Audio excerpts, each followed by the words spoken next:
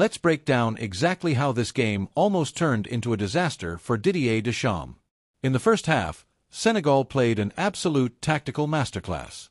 Pape Thiaw knew he couldn't out-talent France in a wide-open track meet. So what did he do?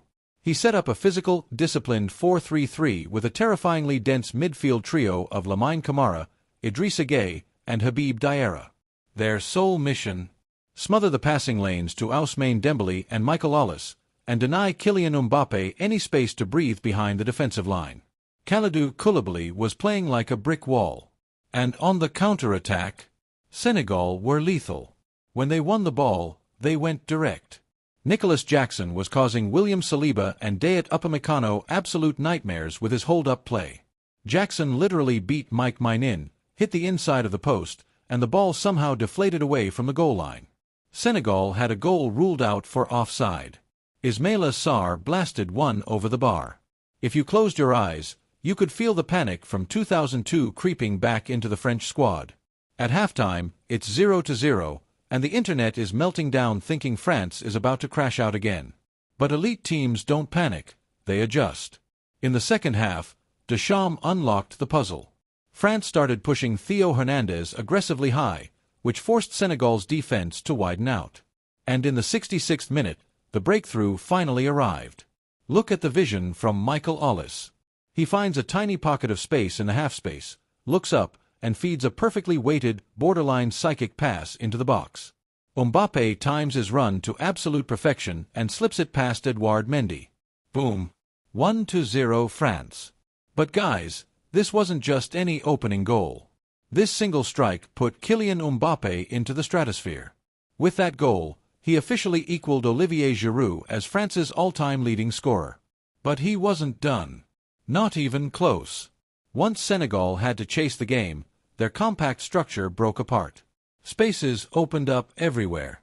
In the 82nd minute, Adrien Rabiot turns provider, slides a gorgeous ball to the substitute Bradley Barcola, who shows ice-cold composure to chip it over Mendy. 2-0. Game over, right? Wrong. This is why we love the World Cup. In the 95th minute, deep into stoppage time, Senegal's teenage prodigy Ibrahim Bey scores a stunning consolation goal to make it 2-1. For about 30 seconds, Senegal thought they had a lifeline for a miraculous comeback. But Kylian Mbappé took that personally. Literally straight from the kickoff, Mbappé gets the ball in space. The Senegal defense backs off just a fraction of an inch.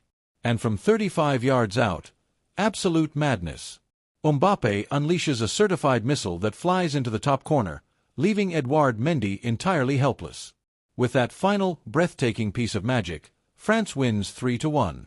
Mbappé moves to 58 international goals, standing alone as the undisputed king of French football history. He also surpasses the legendary Just Fontaine for the most World Cup goals in French history with 14. He is now just 2 goals away from tying Miroslav Klose's all-time tournament record. At this rate, he's breaking that before the group stage even ends.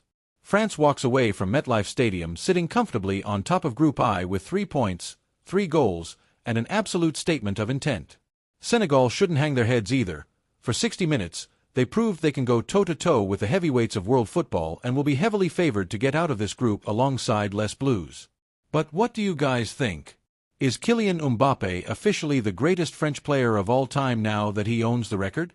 Can anyone stop this fluid French attack, or are we looking at the 2026 World Cup favorites? Drop your predictions in the comments below. If you enjoyed this deep dive, smash that like button, subscribe to the channel for daily 2026 World Cup coverage, and hit that notification bell so you never miss an episode. Peace.